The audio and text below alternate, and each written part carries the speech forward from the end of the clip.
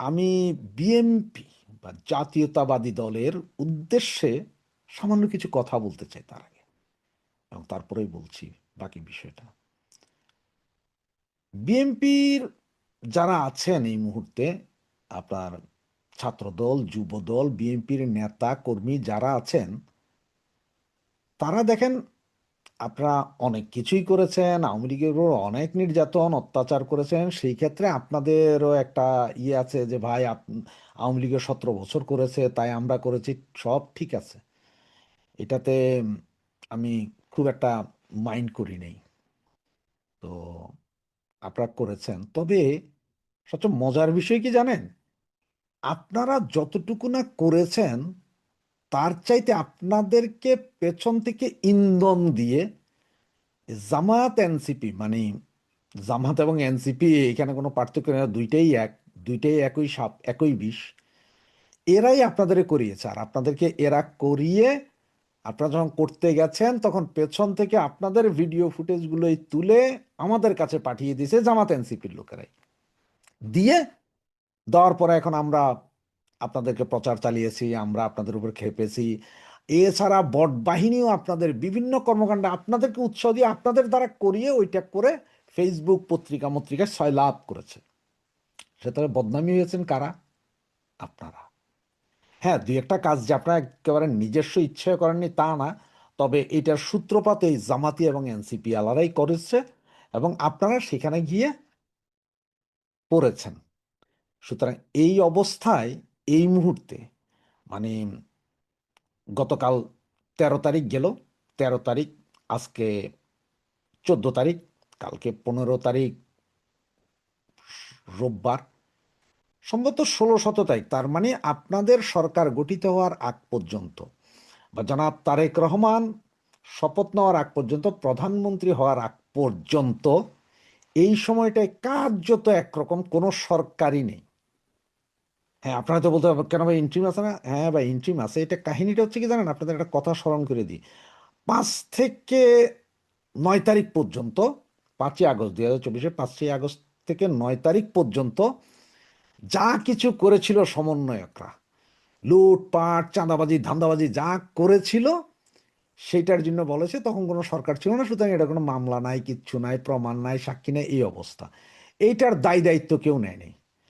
ঠিক তেমনি এখন আপনারা শপথ নেওয়ার আগ পর্যন্ত যত যাই কিছুই ঘটবে তার দায় দায়িত্ব আপনাদের উপর বর্তাবে না, এটা 100% গ্যারান্টি দিই, কারণ আপনাদের সরকারই না, সরকার তো ইউনুস। সুতরাং আপনারা বুঝেন। তাহলে আপনাদেরকে যারা আপনাদেরকে ডেকে বুকে ডেকে পেছনে ছুরি মারছে, তাদেরকে যে আজকে সারাদিন যেই কাজটা হয়েছে এর চেয়ে আরো দ্বিগুণ হওয়া উচিত।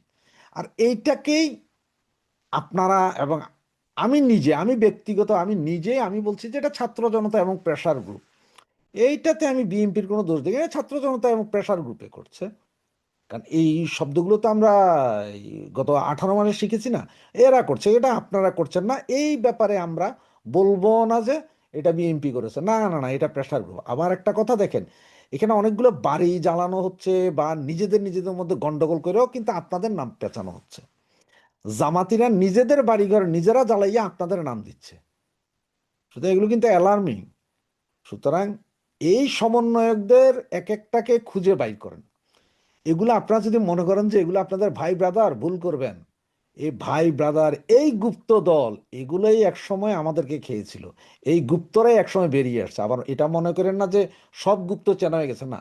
গত 18 মাসে সর্বোচ্চ 50%, সর্বোচ্চ 50% গুপ্তের চেহারা প্রকাশ পেয়েছে, বাকি 50% এখনো ভেতরেই রয়ে গেছে। আর আপনাদের জন্য যদি প্রয়োজন হয়, আমি এর আগের একটা ভিডিওতে আপনাদেরকে এই পুলিশ প্রশাসনে কারা কারা জামাতি, কারা কারা বিএনপি, সেটার একটা লিস্ট দিয়েছিলাম। জামাতিগুলোর তো ঘেচাং ঘেচাং খাইবেন, আর বিএনপির গুলোর মধ্যে হয়তো আবার গুপ্ত শিবির আছে কিনা সেটাও দেখেন। আর এছাড়া জেলা প্রশাসকদের একটা তালিকা আমি 2-1 দিনের ভিতরে দিয়ে দিব, যেটা আপনারা হয়তো প্রকাশ করে দিতে পারবেন। সেখানেও জামাত বিএনপি কারা কারা আছে এটা জেনে যাবেন, নো প্রবলেম, এটাও আপনারা জানবেন। এগুলোকে কিন্তু আপনারা আগামী 72 ঘন্টার ভিতরে সাইজ করে দিতে হবে। আর সাইজ করে দিলে সেটা হবে যে প্রেশার গ্রুপ। এবং আমার মনে হয় আপনার আওয়ামী লীগের যারা সমর্থক বা যারা আছে তারাও সবাই এই যে আমার মতোই বলবে এটা প্রেশার গ্রুপ, ইহা ছাত্র জনতা, ইহা প্রেশার গ্রুপ, ইহা বিএনপি নয়। কারণ ওরা যা করেছে তাদের পাপের প্রায়শ্চিত্ত হইতে হবে। আর এখন আসে এই উপদেষ্টা এবং সহযোগীদের দেশ থেকে নিষেধাজ্ঞা। তারেক রহমান সাহেব, আপনি যেই মাত্র ক্ষমতায় বসবেন আপনার প্রথম কলমটা চালাতে হবে এই উপদেষ্টা, তাদের সহযোগী, সমন্বয়ক, এরা কেউ যাতে দেশ ত্যাগ করতে না পারে।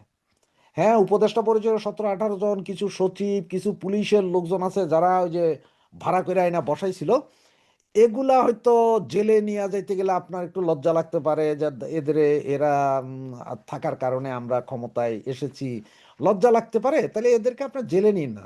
ওই যে এমপিদের জন্য ভবন তৈরি হয়েছিল নেম ফ্ল্যাট, নেম ফ্ল্যাটের কিছু জায়গা, কিছু রুম আপনি নিয়ে এইগুলার সবগুলার ওখানে ঢুকান, আগে এদের পরিবার সহ ঢুকান, ঢুকাইয়া দুর্নীতি দমন কমিশনকে বলেন সরাসরি যে 48 ঘন্টার ভেতরে এদের শ্বেতপত্র দিতে। এবং শ্বেতপত্র দিবে 48 ঘন্টা, যদি না পারে তাহলে আরো 48 ঘন্টা দিবেন, কিন্তু যতক্ষণ এই শ্বেতপত্র না বেরোবে এগুলার ওই নেম প্লেটের ভিতরে আটকান।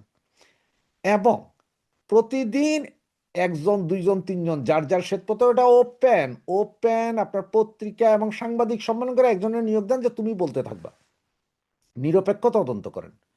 এতে একটা লাভ হবে কি জানেন, এই যে আপনার বা আপনার দলের বিরুদ্ধে অতীতের যে দুর্নীতির কথা বলা হয়, এখনকার যে চাঁদাবাজির কথা বলা হয়, এগুলো সব মানুষ ভুলে যাবে। কারণ আপনি যদি এই একটা জায়গায় যদি এই খেলাটা দেখাইতে পারেন, আপনার জন্য হাজার গুণ লাভ। সুতরাং এদেরটা করেন। তার কারণ কি জানেন, গত 18 মাসে এরা যেই পরিমাণ দুর্নীতি করেছে, এটা পেপার পত্রিকাতে আসছে, বিভিন্ন টক শোতে বলছে যে বিগত আওয়ামী লীগ আমলের 100 বছর না, সেটা আপনাদের আমলেরটাও যদি হিসাব করে সব মিলিয়েও যা হয়েছে তার চেয়ে বেশি দুর্নীতি 18 বছরে, এই 18 মাসে হয়ে গেছে।